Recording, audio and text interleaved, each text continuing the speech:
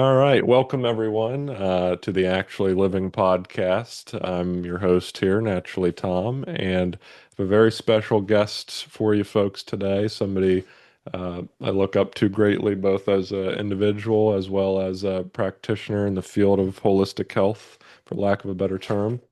And very excited to bring some discussion that we've been having in the past and get to share the work of this individual today, and that is Dr. Moshe, who I just learned to pronounce properly there. And some of you have seen him on other podcasts around, and really looking forward to our discussion today. Thanks for being here, Dr. Moshe.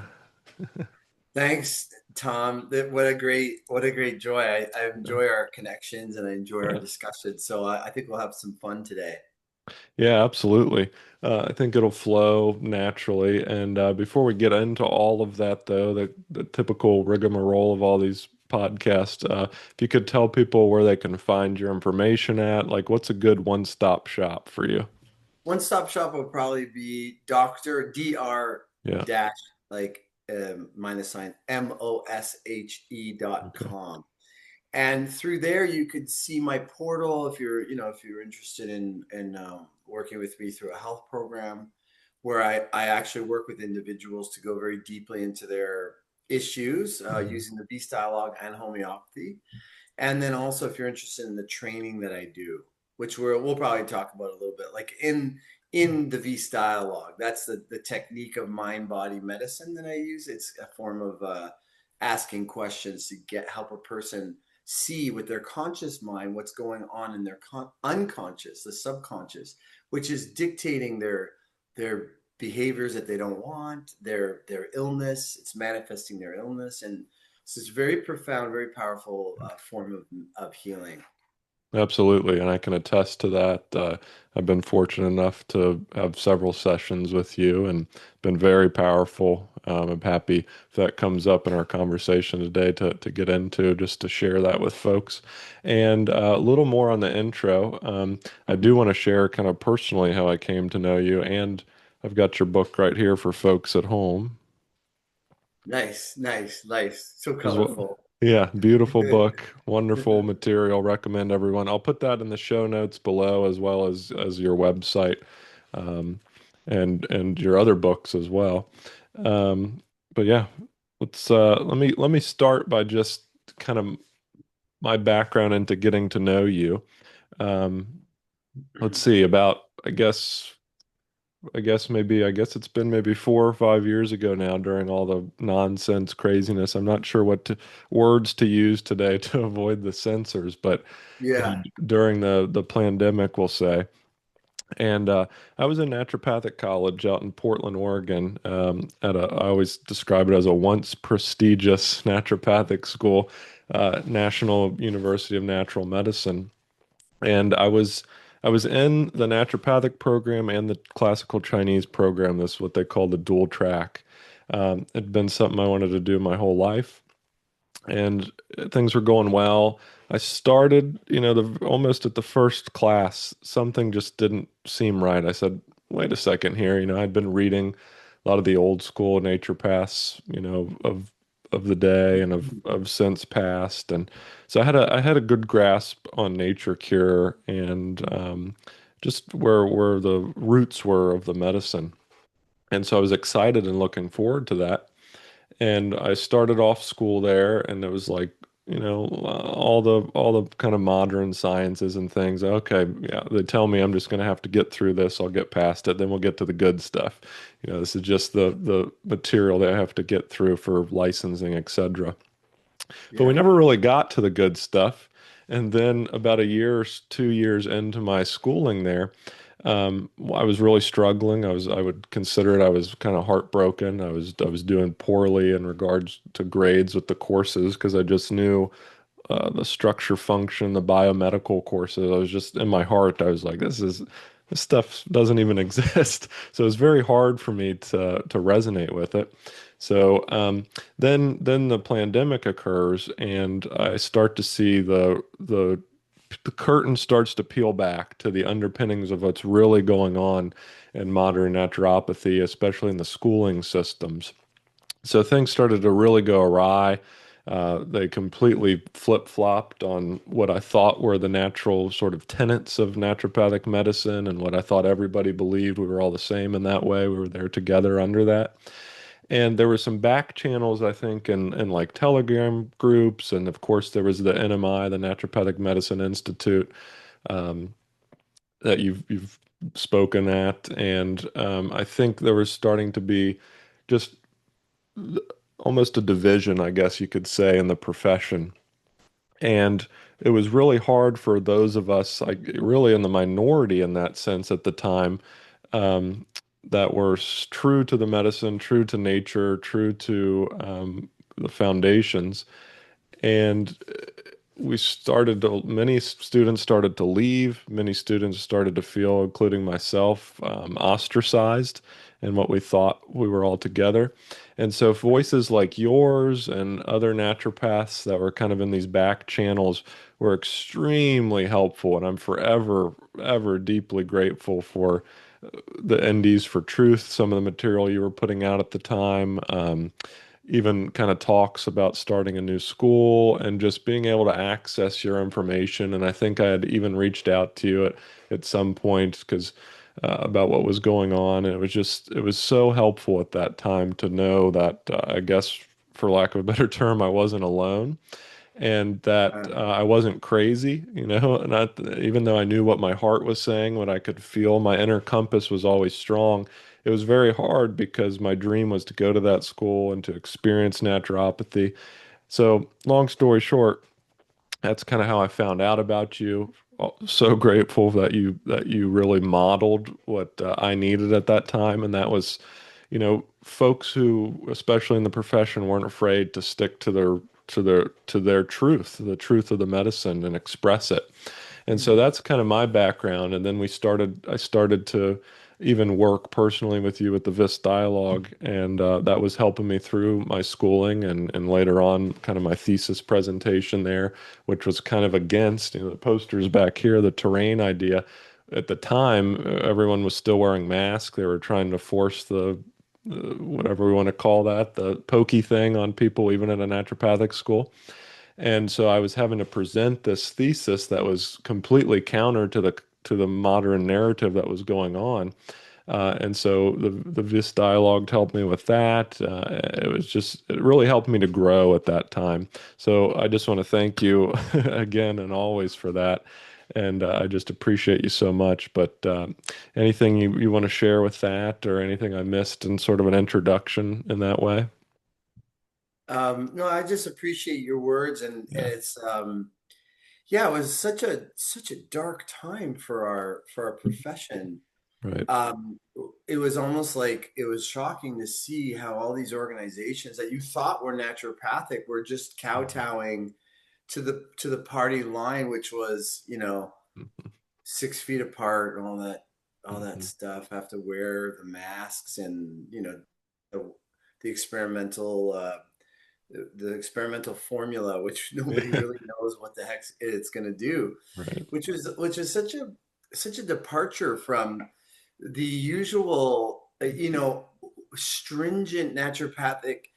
Because what I found about naturopathy, which I have critiqued about it, is that it's so worried about its identity as being like pseudoscience that it defaults or faults towards needing everything to be so scientific and rigorous. Mhm. And here, this total departure from that need to be so totally scientific and rigorous by enforcing on the students and the faculty to have to take into their body something that had not had any testing done. Mhm.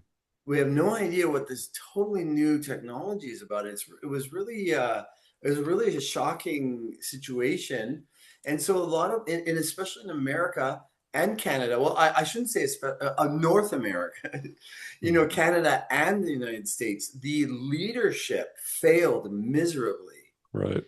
and they should all lose their jobs, and even those organizations should be dismantled completely because they have, when they were put to the test, they failed miserably, and it's not acceptable. It's not like, oh, everybody makes mistakes. And no, like when you're in an organization and you're in a place of leadership and representing something, you have to be true to what you're representing. Otherwise, what are we doing here? What are we doing?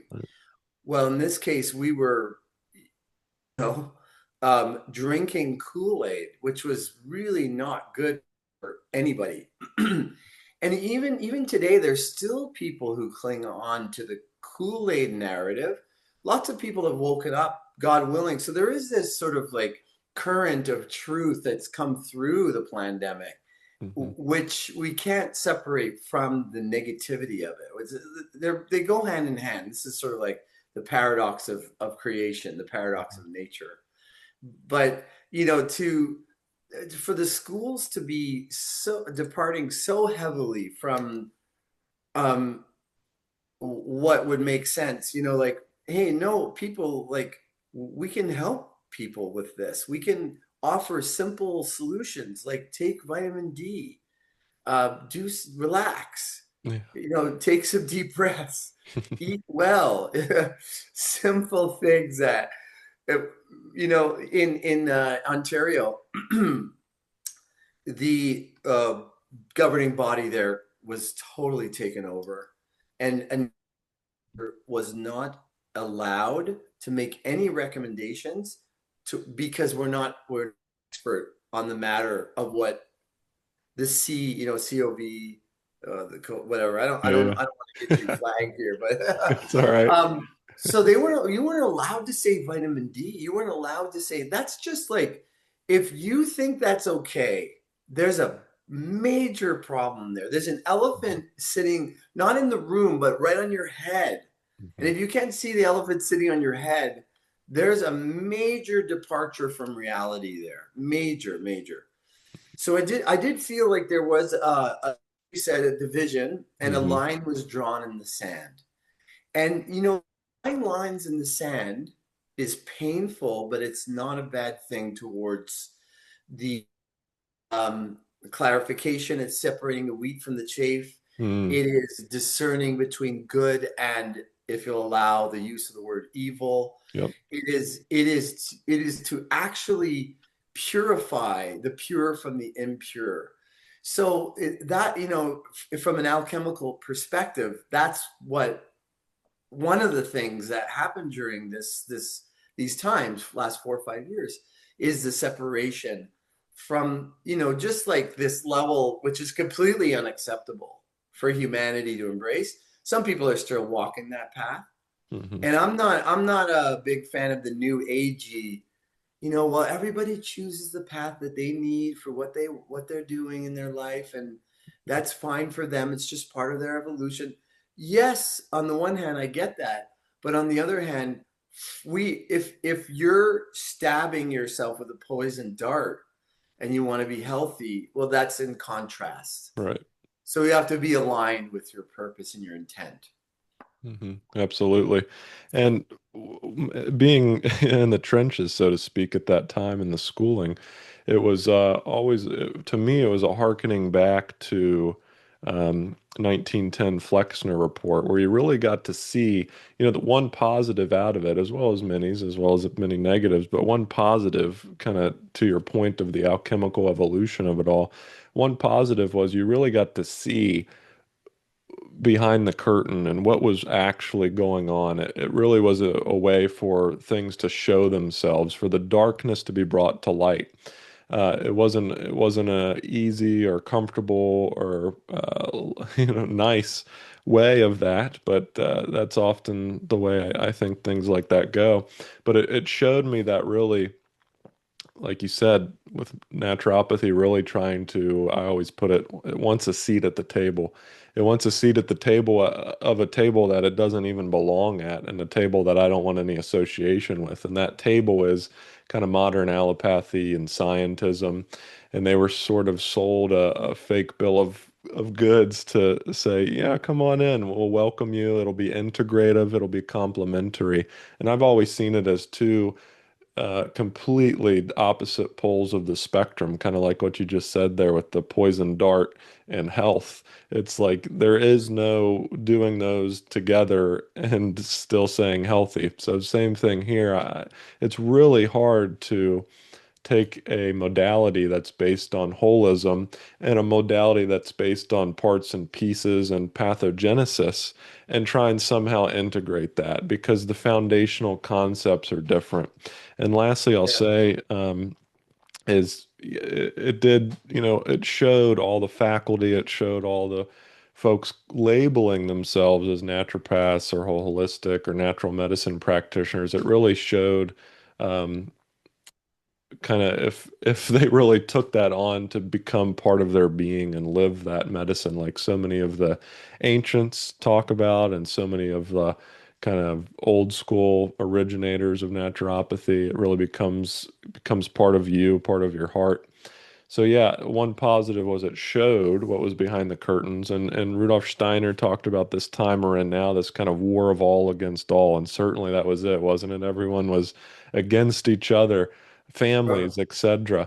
But out of that, there was discussion that he mentioned, a lot of like what I said, a lot of darkness will be brought to the light, and then what you do with that is up to each of us as individuals. But yeah, I thought being in the trenches there, it really showed what was going on behind the scenes, and it really allowed for a wound to be brought to the surface, and now, A yeah, festering festering. illusion, a Ex- festering illusion. Exactly. I like what you said, like sold a fake bill of goods. Right, right. One of the principles of health, I would say that's most important, Hmm. maybe the most important, is be yourself. Mm, Because then there's harmony in the self. hmm. When you make choices because you believe false things about how you have to be, dis-ease begins from the false choice. Mm, Because you're holding in your thought, in your mind field, which impacts all levels of your being, a false thing that you are willfully doing, even if it's subconscious, it's mm, still willfully happening. So to be oneself is a principle of health. Naturopathy abandoned that principle in trying to gain credibility, but in a model that is good in some instances where we have to, do heroic measures right, to combat the symptoms that could kill somebody, right? Like emergency medicine and right. severe forms of trauma and all that stuff. Very good place in the world. I think it'll always have that allopathy. But in terms of chronic illness, where the patient is not imminently dying in this moment and there's time to do some healing, it has nothing to offer because its principles for controlling symptoms are wrong, Hmm. for the healing of chronic illness. Hmm. But here, naturopathy is sitting down at the table, and I have compassion towards it in one regard, kind of insecure in its own identity, Mm, looking for recognition. We're legitimate and willing to compromise its be thyself hmm. in order to gain credibility, which is a complete mistake because you cannot get credibility unless you're being yourself. Like, what are you being credible as? You're just emulating something else. Right. It's like if you go on a date, the first date, you should always be yourself as much as you can. Because if you hit it off and the person likes you, that's a good thing. Yeah. And if they don't and you're being yourself, well, then that's a very good thing to know right from the start. Yep. So this was it's been a big problem with naturopathic medicine. And when I've sat down and talked to many people that are, I would say, players in the act of trying to gain credibility Right. by doing whatever it takes, including compromising principles and essence of our medicine. And they always make excuses, they always like there's a departure from the truth. Mm, And so truth is not being served, and so then that's not serving humanity. Like I am pretty idealistic, but I think these ideals are for a reason. And I've learned where to compromise on certain ideals that how to interact with the world. I get that. I do understand that. But there's certain things you can't compromise on, and you should mhm, never compromise on. mhm. You know. So Absolutely. yeah, yeah, Yeah, absolutely. So yeah, there's certainly healing in the profession to be done there as well. And I think you said it perfectly. I think it's just a matter of coming back to itself. Like oftentimes we might find on our own healing journey, it's coming back to who am I? The true self. And yeah, I think NDs for Truth was a perfect title for that website and that series you did because I think there's a lot of truth that needs to be brought to light and a lot of truth that needs to be brought in front and center in front of those who are ready to see it and realize like this this mysterious fog around what is naturopathy nowadays has been brought onto it by itself by trying to morph and change into whatever the big hospital wants it to be or whatever the big licensing body wants it to be versus just step back in time and go visit, like at my school we had the rare book room and very very beautiful collection of really old school like the Naturopathic Herald, these documents back in the early 1900s and when it was really thriving and really almost more naturopathic, homeopathic hospitals and education institutions here in North America. Really, we just have to revisit that and go back to the roots. And it's yeah, I just experienced that at school so much. No one knew where we came from. yeah, yeah. Yeah, Absolutely, good one, good yeah. one. So yeah, and in regards to all that, is there anything else you want to say to that, or could we segue perhaps now into because you kind of started to hit on it. Like, I want to hear from you. Like, what is health? Ah, Yeah, yeah. Let's segue. I think yeah, we've there's lots to talk about that. yeah, There's a lot of there are some voices out there more than there should, the less than there should be, but enough for yeah. people to hear it when they're looking for it. So yeah, what is health? Well, health is an expression Mm-hmm. of what is. Mm-hmm.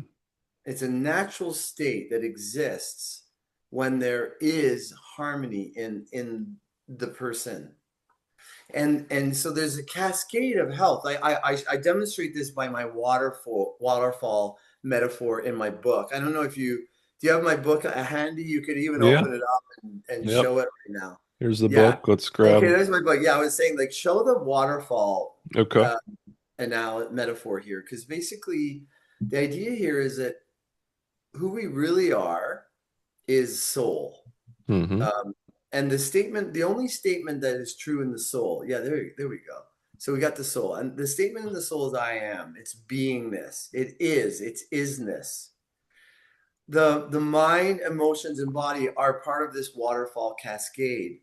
When the mind is clear and still, reflection of the soul, then harmony results naturally. Health is because the mind allows the flow, the emotions allow the flow, the chi flows freely, the vital force flows freely, and the body is in a state of health. Mm-hmm. When a block, like the boulder metaphor here, analogy, is in the flow, in the mind, then all the lower levels of the reality, multiple levels of bodies that we inhabit as human beings, will, as a result, be influenced by that block in the mind. So health is the absence of illusion in that regard. Mm-hmm. When we embody, when we embrace, when we choose, when we are attached to illusion, we are not at health. So the dis-ease, and you know how we like to write it, Right. dis dash, a Yep. lack of ease, a lack of harmony begins with the falsehood that is in the mind that is has to do with choice. So something occurred, could have been not very nice experience for a child, and the child is in a state of innocence, but they still use their mind Mm, to make a conclusion about it so they can wrap their head around it. And the conclusion is usually false, but they need it for survival. So there's no judgment, harsh judgment there. It's just a matter of fact that the child is making an error. And then as they get older, that error will coalesce more gravitational field around it. mhm, I don't like the word gravity, but the more density will form around this field of falseness.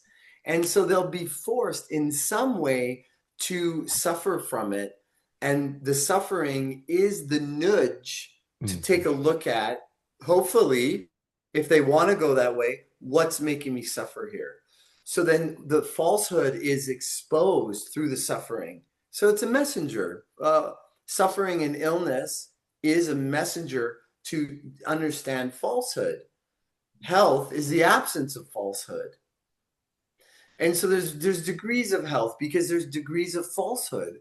I mean, each of us, so long as we're not in total Buddha Christ consciousness, mhm, is having some kind of falsehood and carrying some kind of falsehood in our being. Karmically, the falsehood that we need to address right now is the one that's posing the biggest problems right now for us in our lives. Anxiety, you can't relax around your friends or with your boss, or you're having mhm, itchy skin or headaches, or whatever is in your face is the thing to look at that is most imminently important for you to see mhm. in your spiritual evolution, to understand what falsehoods you've embodied or you've embraced, you've held. Right. Yeah, beautifully said. And it it's, and you even have this on the previous page in the book about kind of the four bodies and how Chinese medicine, my profession, looks at it, how the Kabbalah looks at it, how so many of these ancient forms of understanding of spirit and of human and health and disease are all in agreement.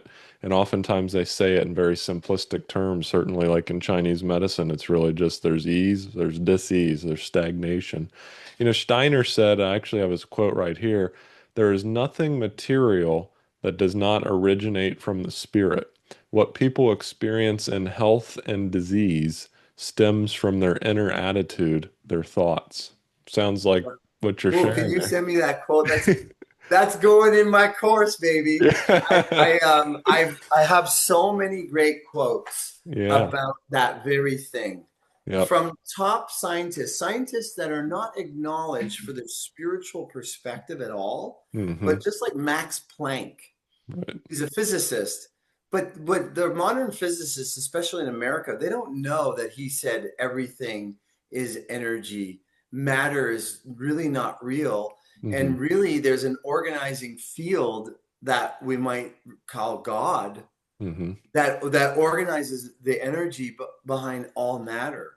And these things are not like spoken about in regular, scientific spaces, which is weird because there's nothing wrong with God. I know Yeah. that sounds like such a funny thing to say, but there's nothing wrong with talking about God in health, in science, in medicine. But it's become like a dirty word, almost like you should apologize for it or be sorry for it. But a lot of these great minds that were carving our way into understanding reality we're very aware of the organizing principles of creation, Hmm. like Henry Lindlar, Right. major contributor, founder of naturopathic medicine.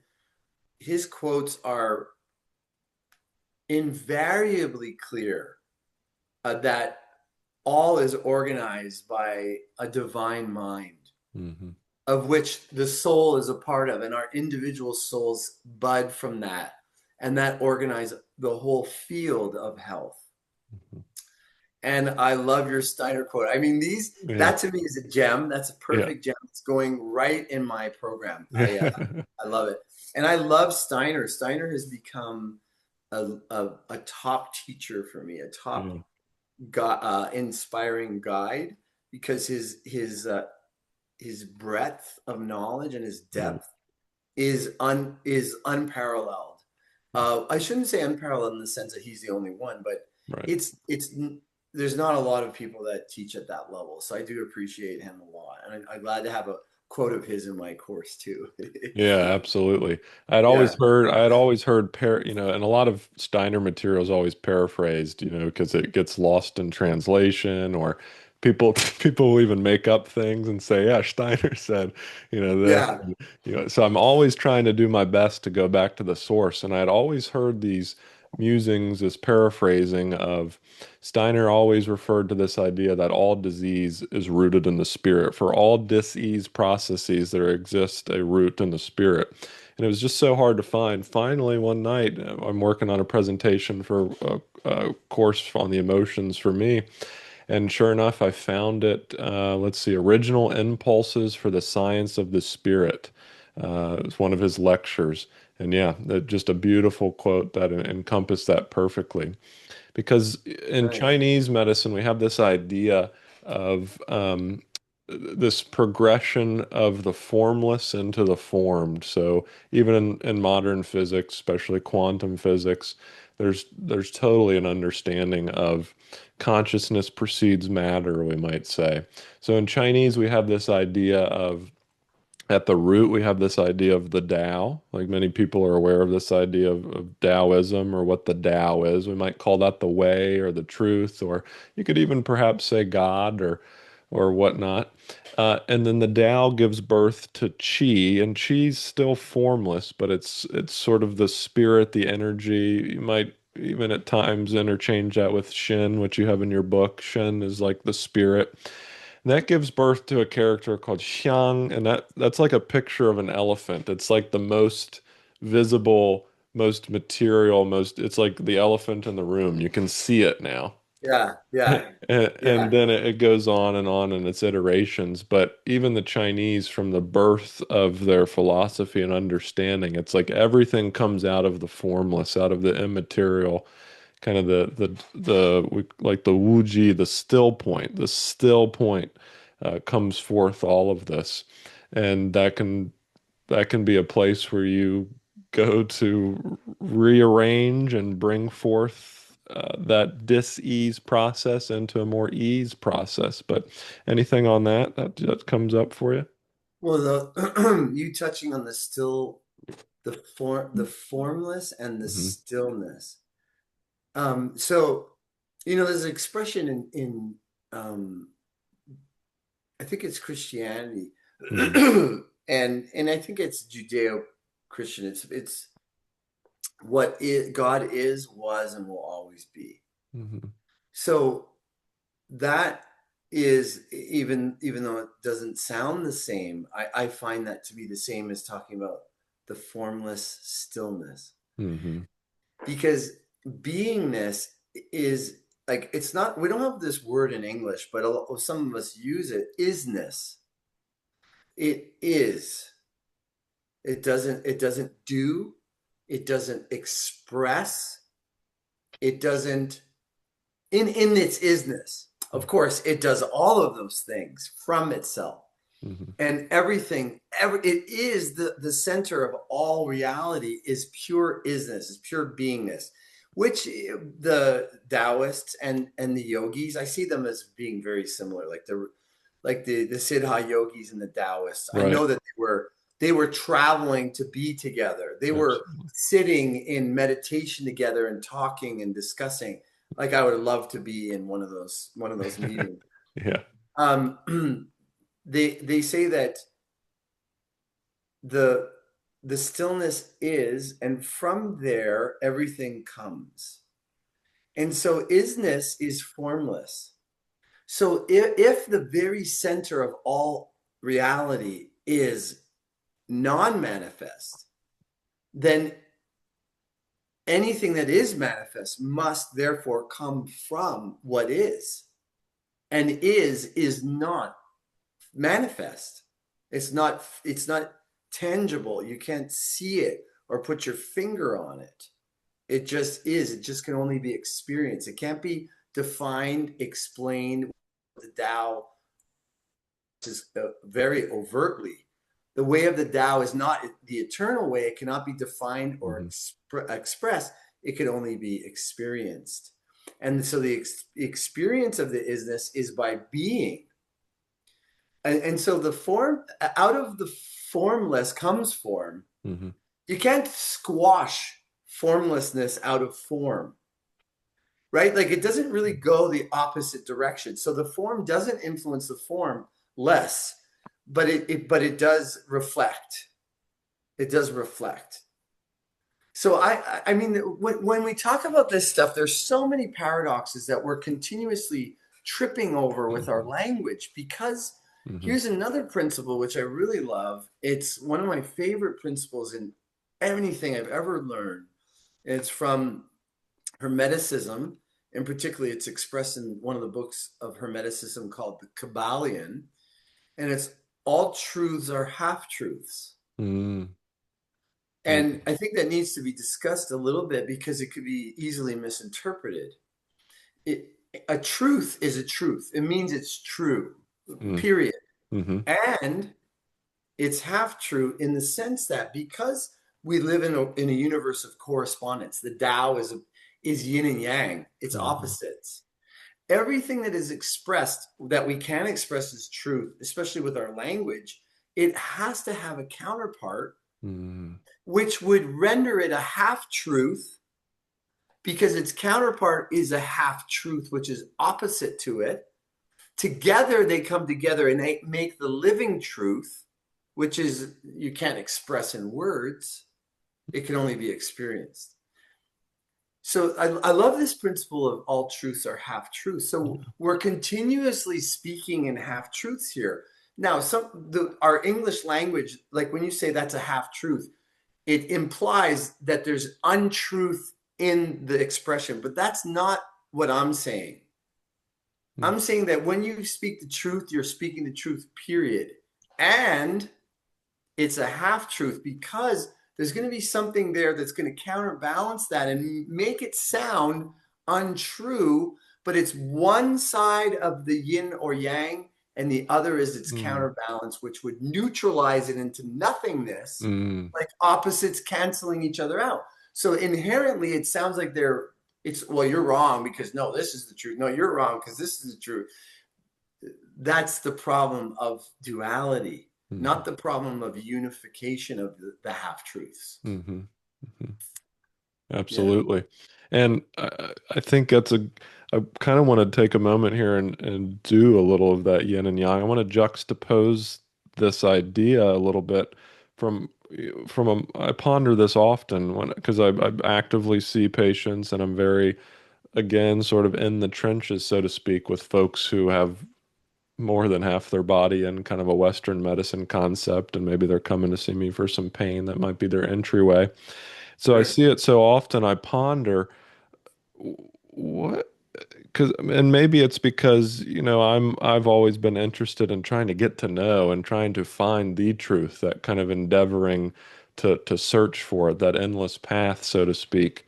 And I always wonder, like, what does like a modern medical doctor think? Like, do they just kind of, it seems like they just stop at a certain point and drop the ball. And I often ponder and wonder, aren't you curious? And the question here is like where does disease come from in the allopathic principle? Like from what I understand and have pondered, it seems to me it's just like it sort of appears, or maybe if somebody has pain, they have an Advil deficiency. I always kind of joke like that. Or oh, It's mechanistic, right? yeah, It's like it's a just car. genetics. You Yeah. you take your car into the Hmm. shop and you say, "Oh, well, the brakes ran out." I mean, they got rusty, and you could see this Hmm. physical result of aging or wear and tear, and so you could Hmm. really put your finger on it. I think you're making a massively important, interesting point is that Hmm. there's just something went wrong. There's Yeah. something wrong with the thyroid, Okay. in Hashimoto's, let's say. There's something like, okay, the immune cell is attacking, but what's making the immune cells attack?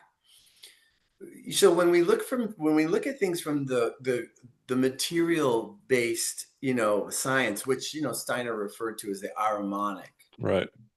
right? It's another one of my top Yeah.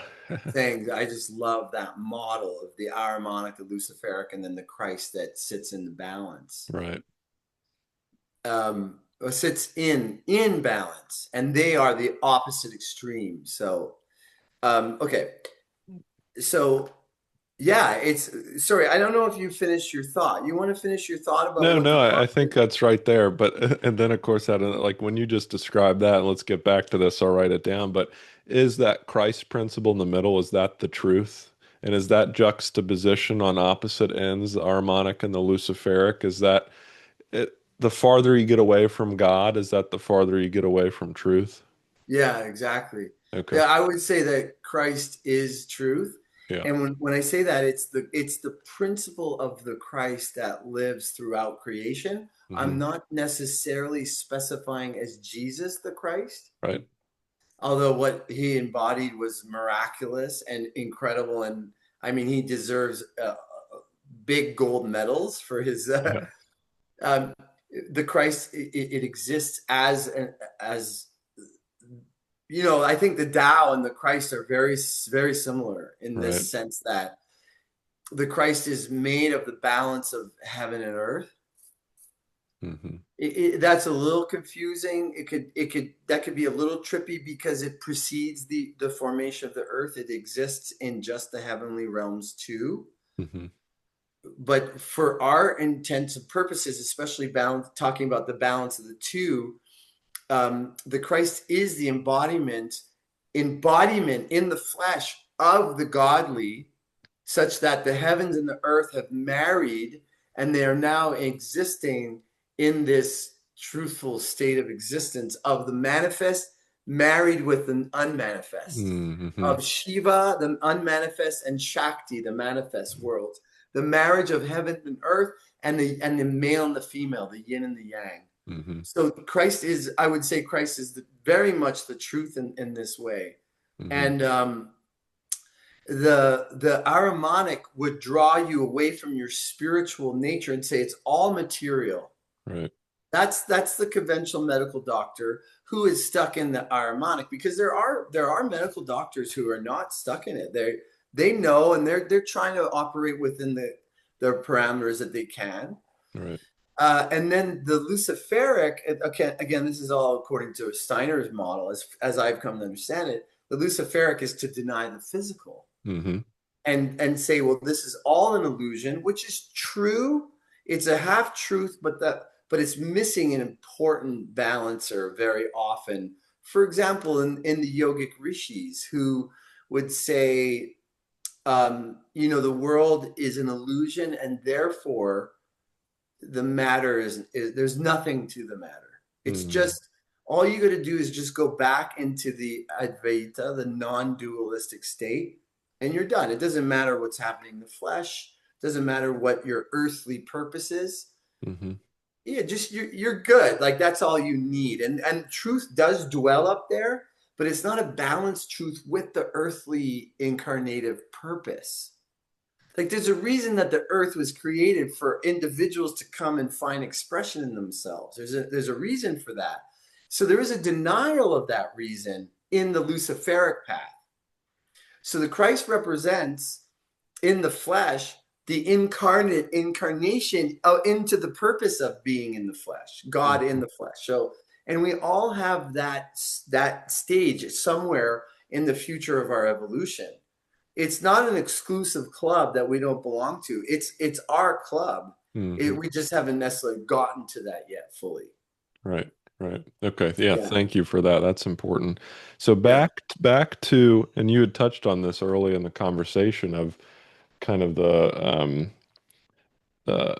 God is almost a dirty word in modern science, and we can take an offshoot of modern science, being that of, we'll call it modern medicine. So back to this example, the thyroid disease just kind of comes out of nowhere, or it's a broken part or piece. Um, just thoughts on if you just follow the logic and you're curious, I feel like at some point, especially there's very, very smart medical doctors. I mean, you have to be quite learned, not necessarily wise, well, to borrow a Taoist quote, to go into that profession. But at some point, it just seems like there's a block. And so, from their point of view, I don't know if there is a concept of health. Perhaps that definition would be just void of disease. You're healthy if you don't have a disease label. And then disease itself, from their point of view, where does it come from and what's the importance of it? Yeah, and it's interesting because they have some defined diseases that are defined as idiopathic, meaning we Right, have no idea how this is caused. right, right, So even in their own model, they have idiopathic disease, one of them being the illness that I was diagnosed with and had right. struggled greatly with in my past, autoimmune disease called myasthenia gravis. It's idiopathic, meaning we don't know what causes it. I know what causes it. Yep. It's different for each individual, but there are principles of what it causes. The person has chosen to be hard on themselves and judge themselves harshly, suppress energies that might be directed outward, inwardly attacking themselves, and then the body reflects that. Mm-hmm. So, your question of is like, well, how do they define disease is a very interesting thing. It doesn't make entire sense. It's just it Mm-hmm. it it, it has these assumptions in the room that are not examined. Right, right. There's an assumption in the So, space which we all are agreeing to yeah. embrace without really looking at them, and Yes. that is where illusion can continue to live when we don't Mm, go very right to the important. bottom and turn every stone Yes. over to get at the truth. So I really appreciate yourself. I'm very similar to you in that Mm, I'm on a path for the truth, right. for the true self, for godliness.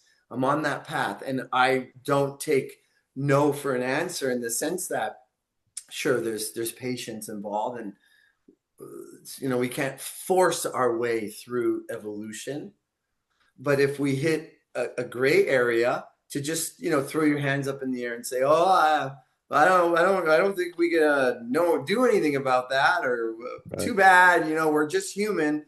These I don't really go that path. I don't Right. I don't follow that path. So And that was um, certainly what I experienced in school. What I was trying to get at earlier is like things like the sodium potassium pump, of which many drugs are based off of, and pretty much all of physiology is based off of, or I don't know, name a foundational concept that would be sacrilege to deny in the religion of scientism, we'll say. Those yeah, just never sat well with me because there was, like you just said perfectly, there was so much illusion in the room of like from just a logical point of view, without even having to look under a microscope or do experiments. You're just like, well, if you're saying it works this way, but it needs this and that's not there, that well, it just work that they're starting to bring in their yeah. form of God into the room. Exactly. And, and Yeah. and the problem is that there are moments in time where their form of God is Hmm. completely non-existent, and that would go into denial too, or there's not enough Right. scrutiny around that issue. For example, people that have advanced Parkinson's or total dementia, and they're completely lacking lucidity. They Hmm. can't even remember their names or who their children are. They'll have total moments of lucidity. Hmm. So if the brain is Yeah. totally compromised, such that is the reason for their problem, how can they have a moment of lucidity? Right. It completely denies the mechanistic model right in that moment. And also with like myasthenia gravis. So you're there's this paralysis, you have this problem, it's incurable. That's the definition around myasthenia gravis. It's incurable, progressive, and potentially fatal. Hmm. People will still die of it. So incurable and progressive. So that means that, sorry, we don't know how it started, but you're going to progress and we can't cure it. Hmm. However, there's moments when people they're totally symptom free. They Mm. call it a remission. Right.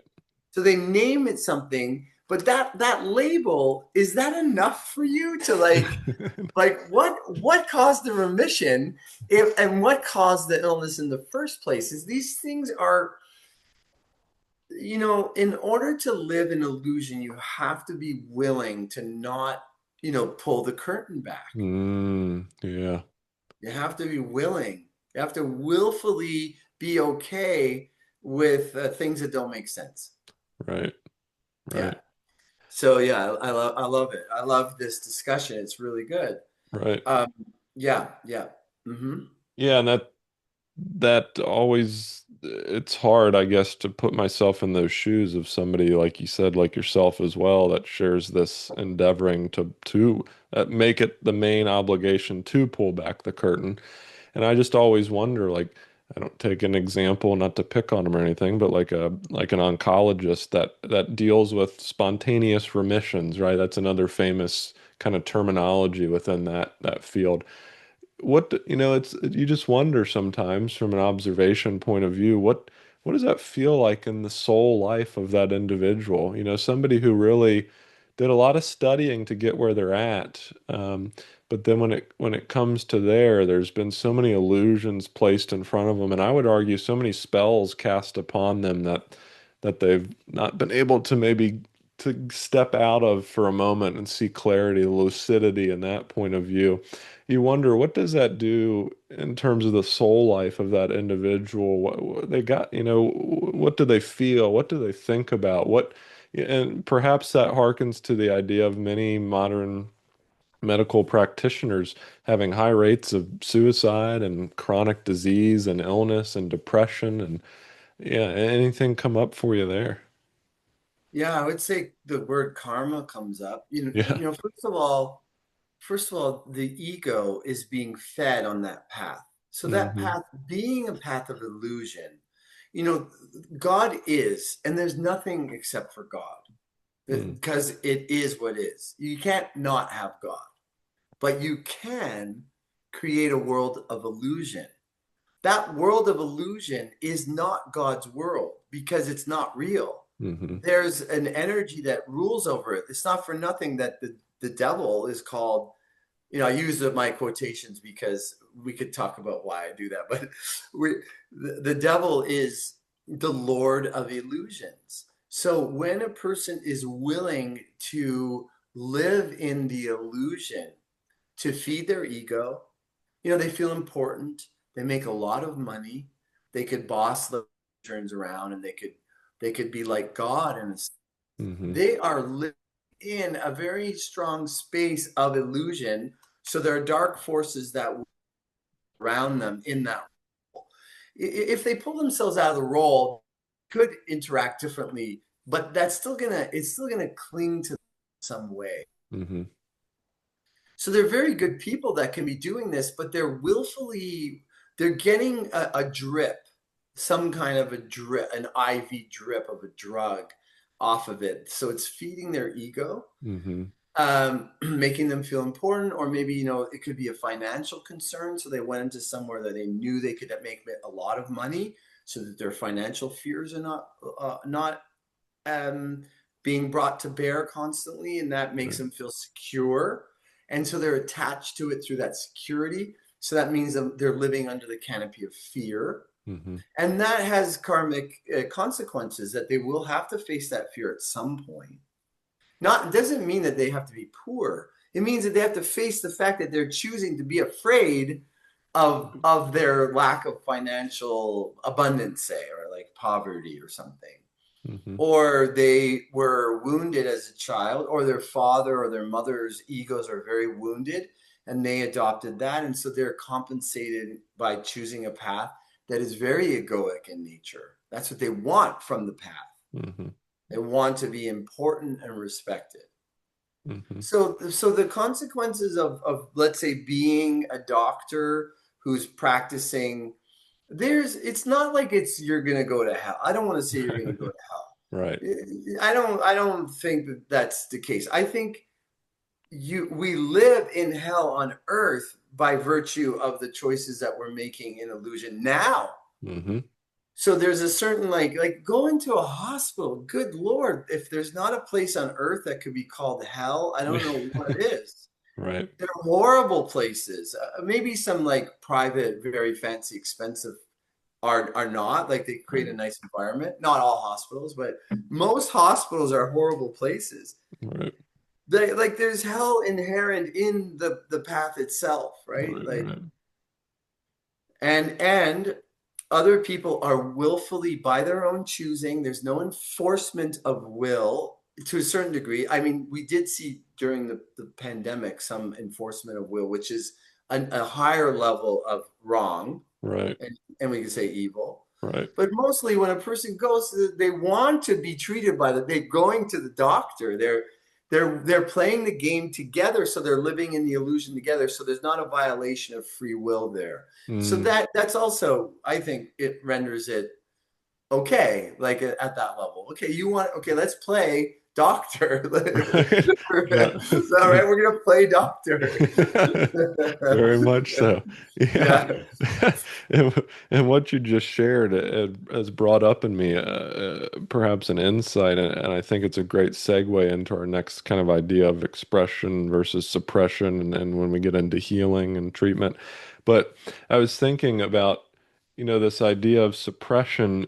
In a way, it's an avoidance process, and so this suppression actually from the foundational concept of what we just talked about, how many modern practitioners are practicing, where they're avoiding peeling back the curtain, you could say that's a suppressive process, and that it's avoiding and it's continuing to kind of maybe pull the rug over what's actually going on. So even in the practice and the study and the knowledge gathering, there's an act of suppression, and that carries through even into the treatment process, which is a suppressive treatment process. right. Makes sense? Is it? Totally, very well Yeah. expressed. Yeah, you can't Yeah. like so it brings up to mind how anybody does anything is how they do everything. Ah, And there's that's a half truth because you could also say it's in certain lanes that's true. correct. Yeah. But in this case, if for sure, if you're not pulling the veil, then and that's a form of suppression upon the truth. Then of course your medicine would reflect that a Right. hundred Right. percent. It's very well said. It's very Right. true. Right. Yeah. Yeah, so we look at now, maybe segue into we talked about disease, we talked about health, we talked about that. So this is a tough one, I think, for modern folks to wrap their heads around. Even folks I see wanting to participate in coming to know themselves, to heal, to maybe dabble into holistic measures, natural medicines and things. It's still very hard to get away from the kind of Ahrimanic materialistic scientism perspective of disease pops up, you need to smack it down like whack-a-mole. And so I've saw it all throughout, even in Chinese medicine. It's like patient has fever, apply cooling herbs to quell the fever immediately. And That's really, anti-Catholic. right. Anti. I always argued that was, and many of my teachers were the ones who shared that with me and your work as well. That's a pathogenic expression of medicine. That's a suppressive. We've done is exchanged the pharmaceutical, let's say, for an herbal or for a modality that's deemed holistic. So suppression versus expression. I think a lot of folks have a hard time wrapping their minds around what that is. And expression can look scary sometimes if you're not living in that truth, if you're not in that middle path, that Christ principle, that trust, that faith. We saw that everything we've talked about thus far, we saw how that looks when folks are not operating from that place. The naturopathy in modern times, what's happening to it, what people chose to do out of fear of the pandemic, of like, okay, I'm going to get the Kool-Aid and do that because at least, okay, I've got my thing. And then we'll get into this later, but spiritualism, like you see it in modern day. And again, not to pick on it, but we just see it so most often, like how I see it with the Christian perspective of as long as I go to church on Sunday and I say my prayers, my ticket is reserved for my place in heaven. So I'm good. I got my life insurance, I have my health insurance, my car insurance, and I have my God insurance. But anyway, Yeah. that's a long-winded way of saying Steiner would not approve. You know, exactly. he's Yeah. one of the few Christian voices, because he's Christian. Right. Yeah. He's one of the few Christian voices that would speak firmly against that kind of mentality, and he would call it an harmonic relationship with the Christ. Hmm. Like there's harmonic forms. It's just like, I mean, one of the major problems with that is this denial of the Christ in the self. Hmm. Sometimes that's paid lip service to, but even in the spaces where the Christ lives in you is paid lip service, then there's all kinds of different things that really, and not even in the half truth sort of way, like in the full picture, but that is just in denial of the fact that the Christ is in the self. Hmm. Yeah, so that's a problem. That is a problem with Christianity. I want to say right now that I think that atheism is such a problem. To Hmm. believe in nothing, and let's say, I mean, you gotta serve somebody, right? Bob Dylan, he's got a song. He's like, it may be the devil or it may be the Lord, but you gotta serve somebody. So you gotta serve someone. So like I have people in my family that they're staunch atheists. They go to atheistic Yeah. conventions and they learn all the stuff to say. What do you say to somebody who believes in the false god and all this stuff? They have all of it like sorted out, and but their god is like scientism. Right. So God was replaced by scientism. Not that science emanates from what is true, and what is true is God. Mm. So you got to serve somebody. So if you're, I think one of the worst choices that a person can make is to be atheist. Hmm. Now, that's a half truth, because I understand, especially like somebody goes through the church. I won't name, but there's some of the churches are a little bit worse than others. Right. Uh, Right. and they totally realize what a farce it is and how suppressive it is of their spirit and their truth, and then they throw God out with it. They throw Hmm. the baby out with the bathwater. That's a mistake, but I understand the mistake. That's what I'm saying. I understand the mistake. But Hmm. really, what I want to say is the appreciation for anybody that's, even if they're misled in some ways, like nobody's perfect, but to have some belief in something is important. In something, even if it's a little harmonically out of balance, or you're very like it's like a little bit dusty, and like there needs some upgrading or some healing there. It's to believe in something, to have a path to God is better than having no relationship with God.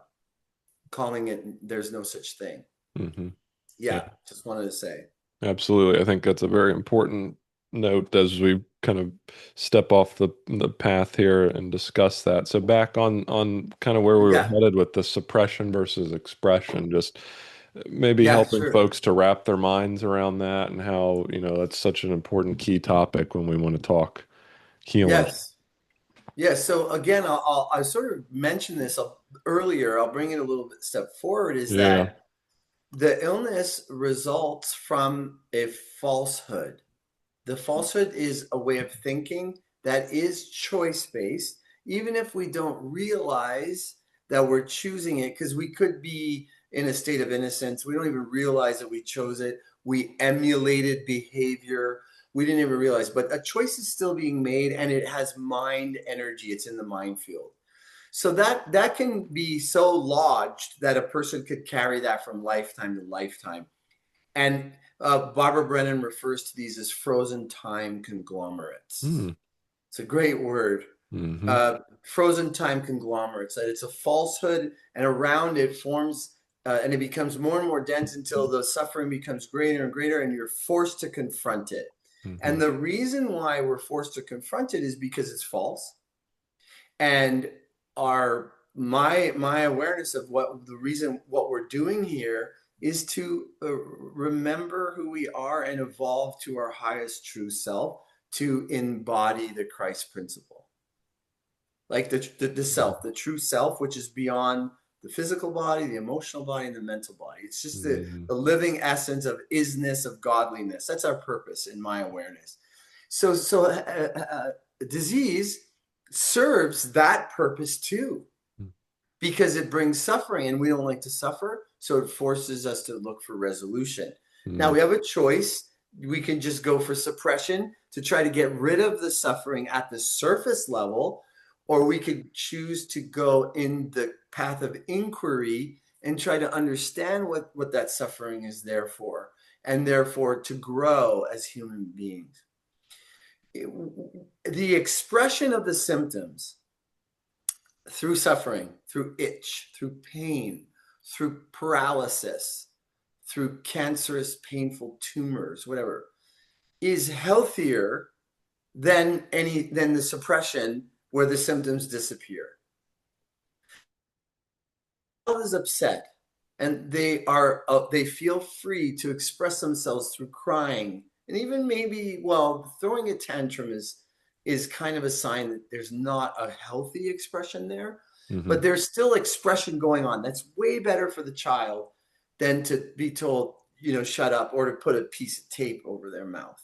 Right. Because if the expression is shut up here through the emotion, crying, anger, let's say they're expressing something that's out of harmony for them, and then it'll get worse.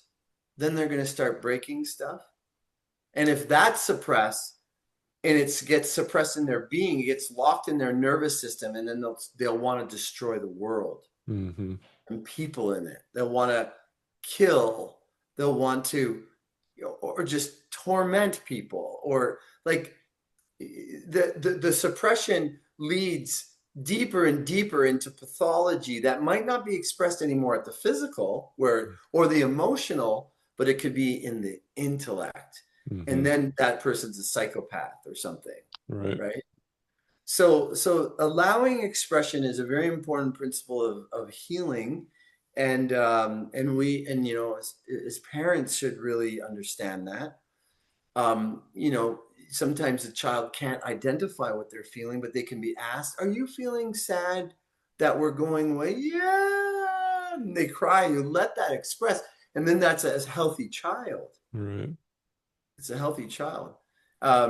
And same with illness. It's better to have the illness be untouched, just sitting there expressing itself through its symptoms and pain or whatever it is, than to take away the expression because that makes it worse.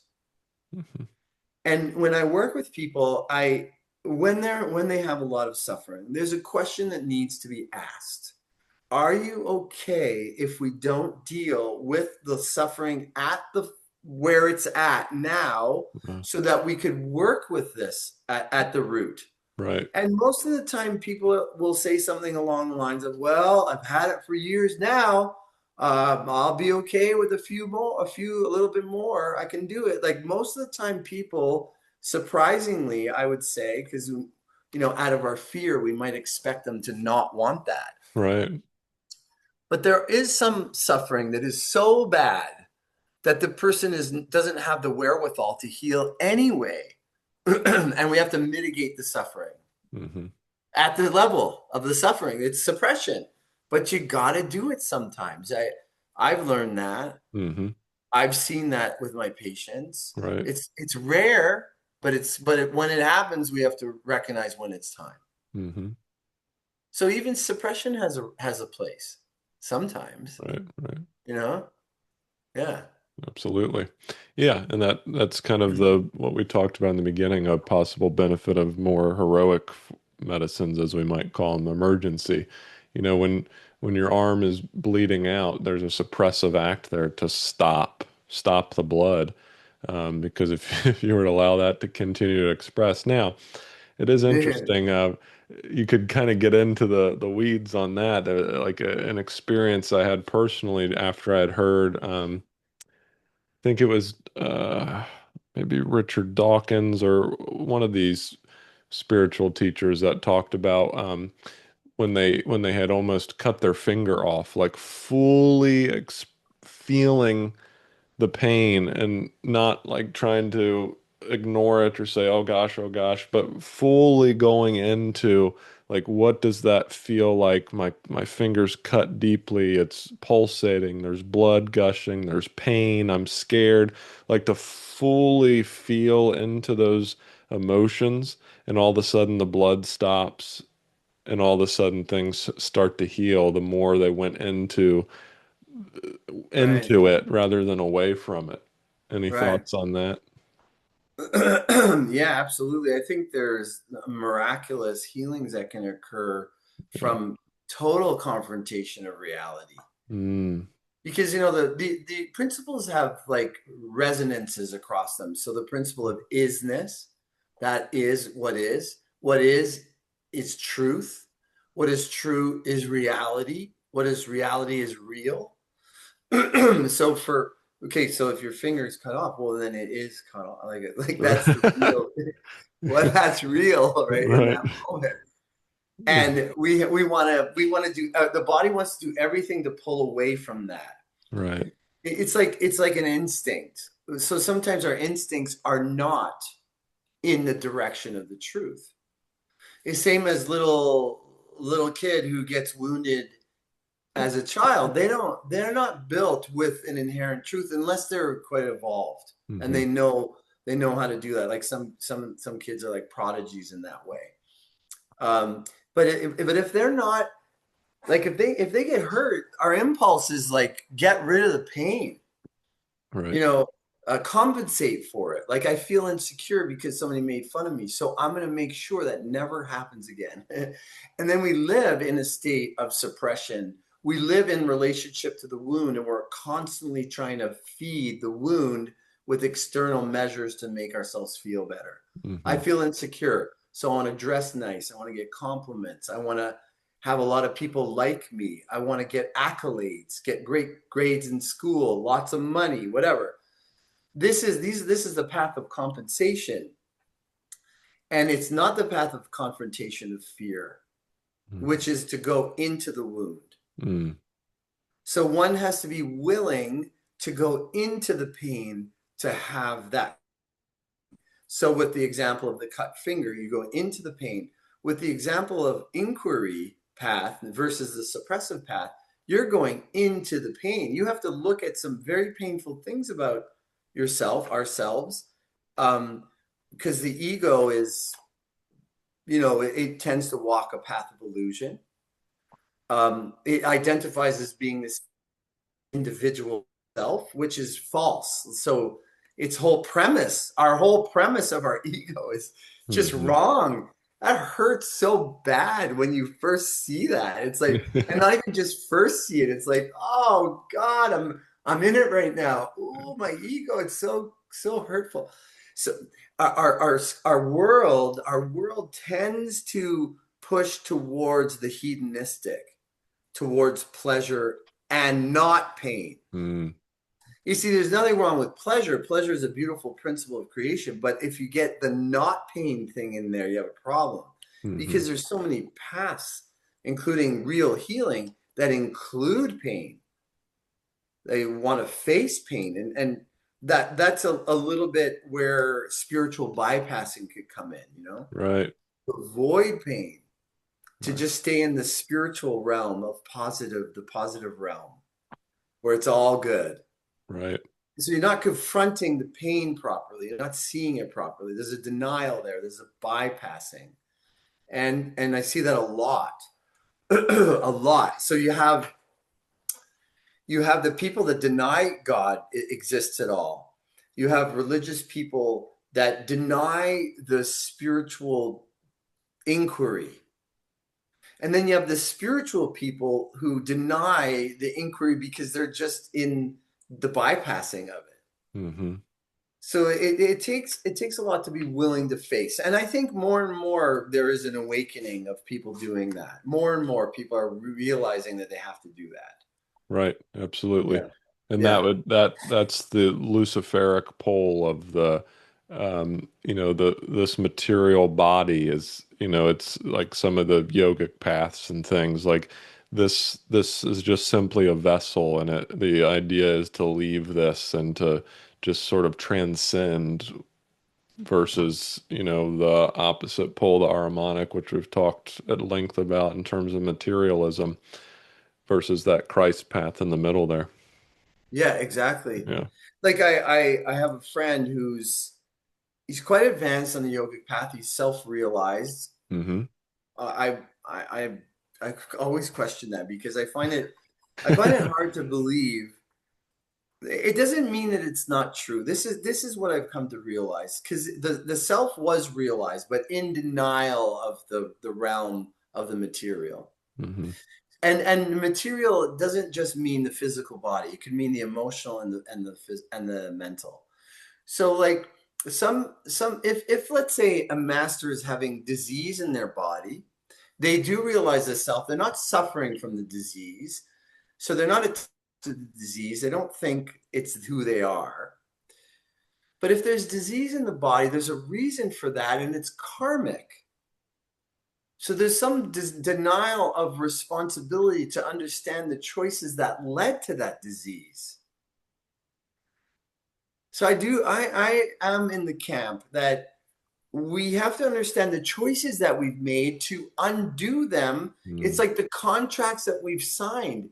If you signed a bad contract with someone, well, you probably would benefit, and them too, and all of creation would benefit from, well, ripping up that contract. We have to recognize that you signed it first.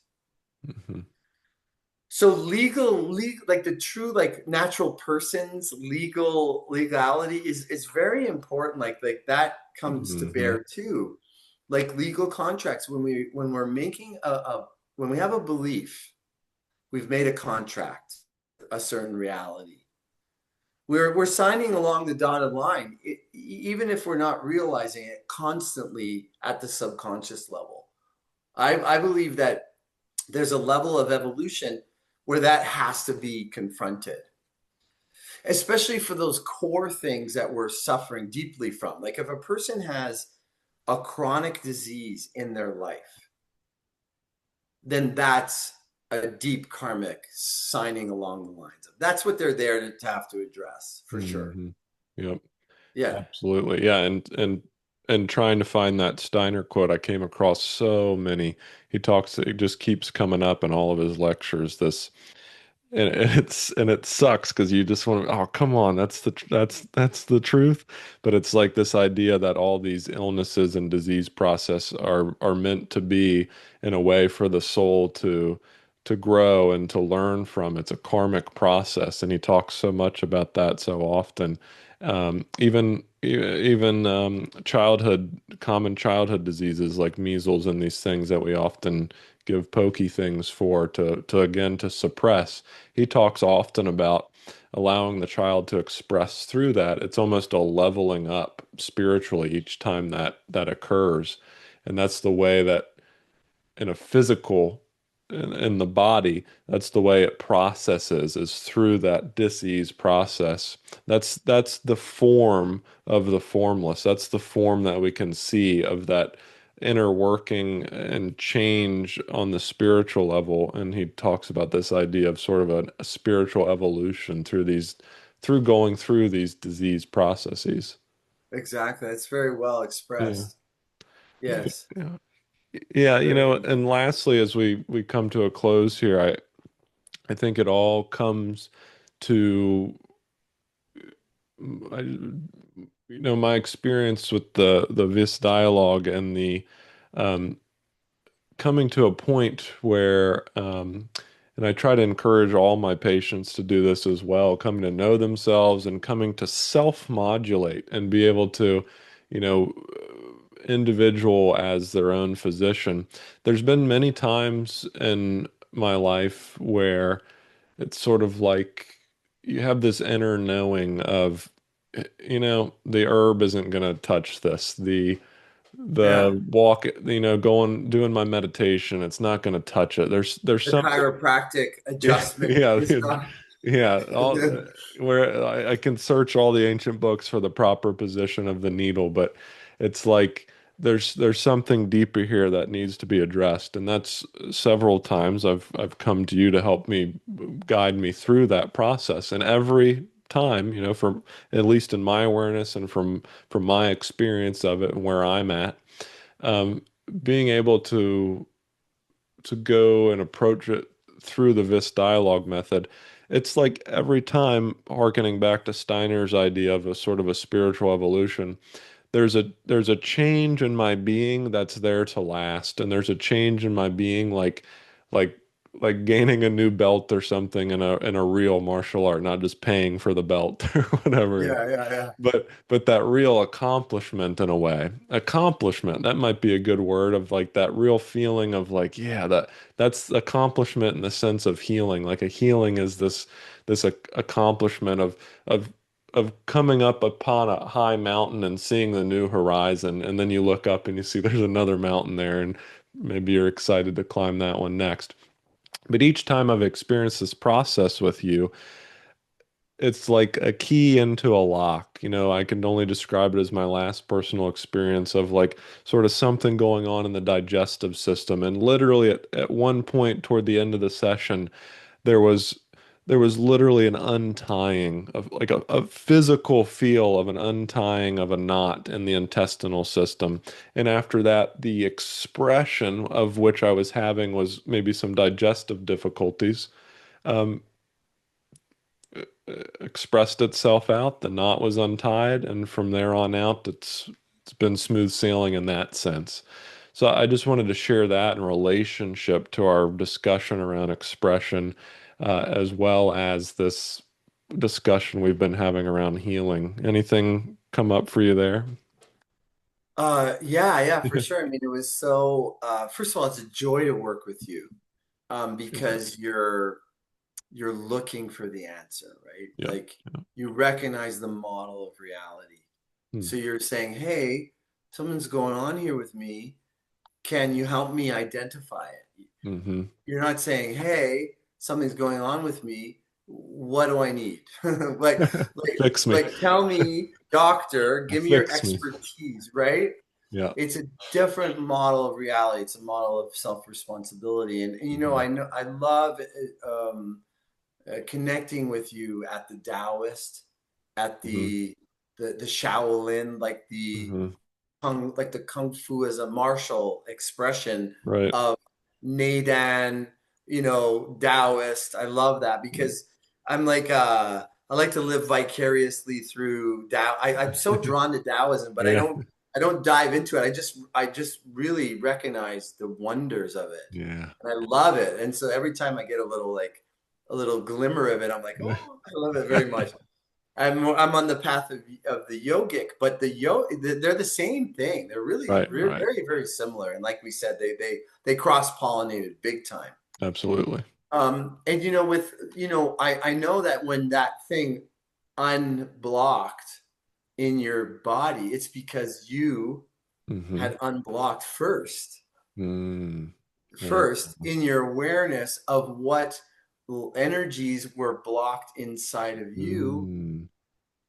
Yes. Yeah. So first that happened, and then the reflective layer could unblock. And Yeah. in fact, it does because it is only a reflection. It has no mind of its own. It is what is known in alchemy as passions, meaning it is the passive recipient. It doesn't make decisions on its own. The Hmm. mind makes decisions on its own, but the emotional field and the vital force and the body is just a reflection. It Hmm. doesn't make its own decisions. Hmm. And the Course of Miracles expresses that by saying the body,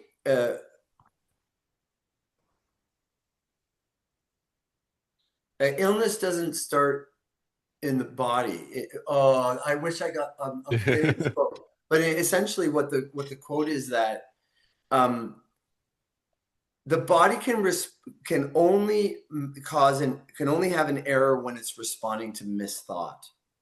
Mm. It doesn't make mistakes spontaneously. Right, right. because then it would be acting of its own voluntary principle, and it's in a state of uh, passions. Mm, Yeah, so that's true. Like that's good to know. That's good to mhm. know. It's an important principle for sure. Absolutely.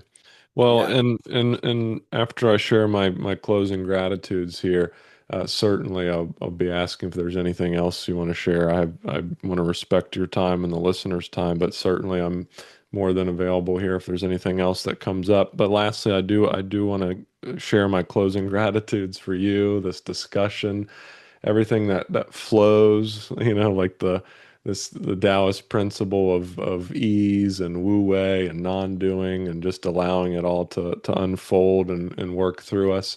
And I want to say, and I say this to a few, if I were to have like kids back in the day, maybe have movie stars or baseball players on their wall. I want to share, for you and others that I've learned so much from, especially with this being my life since I was young, just kind of steeped in holistic health and Taoism and growing up in the Gong Fu tradition. I just want to share my gratitude for you and like many kids have had baseball players as real heroes and idols in a healthy way. I want to share that you're one of those for me for sure. I think you're a giant in the profession of naturopathy, and I, even though I'm not a naturopath by label will say I've certainly studied very extensively the old school founders, and it's just, and I always longed for and had a bit of a sadness in my heart, especially going to school of like, where is this? What happened? And that faith and that love and that gratitude was renewed with your work and many others out there as well that are doing the good work. So I wanted to share that and wanted to share that with the audience as well because that's a really big deal. So I really appreciate that, and of course all the help and guidance you've given me through working together and the connection. And also, it was a lot of people don't do this, but it was so cool. You were driving through the area one time and you came to see me in person, and that, that meant a That was lot. That was fun. awesome. I appreciate that. So, That was fun. again, thank you so much, Dr. Moshe. For everything today and for future conversations I hope to have as well and insights. It's always a joy to spend any time I can with you. So thank you. You're so welcome. I Mhm. appreciate your words. Mhm. They're very touching, and I'm honored to be able to offer something like that. Mhm. I appreciate you very much as well. It was a pleasure to come and connect with you. Mhm. And yeah, I think it'll be fun if we ever want to do this again in the future. Yeah. Have anything specific that we want to share, but I also appreciate you having like putting up a soap dish or whatever you call it, a soapbox. I Yeah. don't know. Yeah. And getting up on it to like share some of these messages. It's really Mhm. great. And it's good to be critical of that which needs to be critiqued Right. if it's causing problems. So I like how we started this, and I like how we brought in a lot of the information to help people navigate a confusing world. The world can be Right. very confusing, and like the so-called experts are Mhm. probably giving some of the worst possible advice to people in this world these days. So we are in a time where it, self-inquiry is the most important thing, and to learn discernment and to learn how to know the difference between a yes and a no inside. Like you don't need to be able to psychically pull Latin names of plants out of the ether to Right. like help somebody, Yeah. but to know that just a simple yes or no, like that feels right, that doesn't feel right, like Mhm. work on that. Like that'd be a good thing, just training yeses and nos. Like, yes, that's a yes, that's a no. And to be very honest about that, because I do think part of the spiritual bypassing is an idea that intuition is always right. Intuition can be a reflection of Mm. the false thinking as well, Ah, very right? important. Very Yeah, important. very important to recognize. So that's part of what I'm encountering. Mm, with people is that there's this sort of like blanket statement, like my intuition tells me that. So they think uh, that that means, therefore, that it's true. right. But it doesn't always. It could be, but it doesn't always, right? So I just want to say that too. Yeah. Um, yeah. Thank you for having me on. Thank you for spending this time. Yeah. It's my pleasure, really, to Oh, connect. wonderful. Yeah. And again, folks, I'll put Dr. Moshe's information in the description box below, his books, his information, his courses, anything else you want to mention there. No, that's good. That's Okay, good I'll for put now. all Yeah, that. for sure. Yeah, and I think let us end together with Steiner's quote one last time for everyone at home. I think it summarizes everything we've talked about today, from the healing aspect as well as kind of where society's at. So he says, in Original Impulses for the Science of the Spirit, from that lecture, there is nothing material that does not originate from the Spirit. What people experience in health and disease stems from their inner attitude, their thoughts. Mm, Yeah, mm. very So beautiful. juicy. Love Yeah. it. All right, I Yeah. will send you that, and Yeah. Thank you. we'll see you And again certainly. I'll see you again soon. Look forward to next time we'll connect. Absolutely. Thank you all for listening.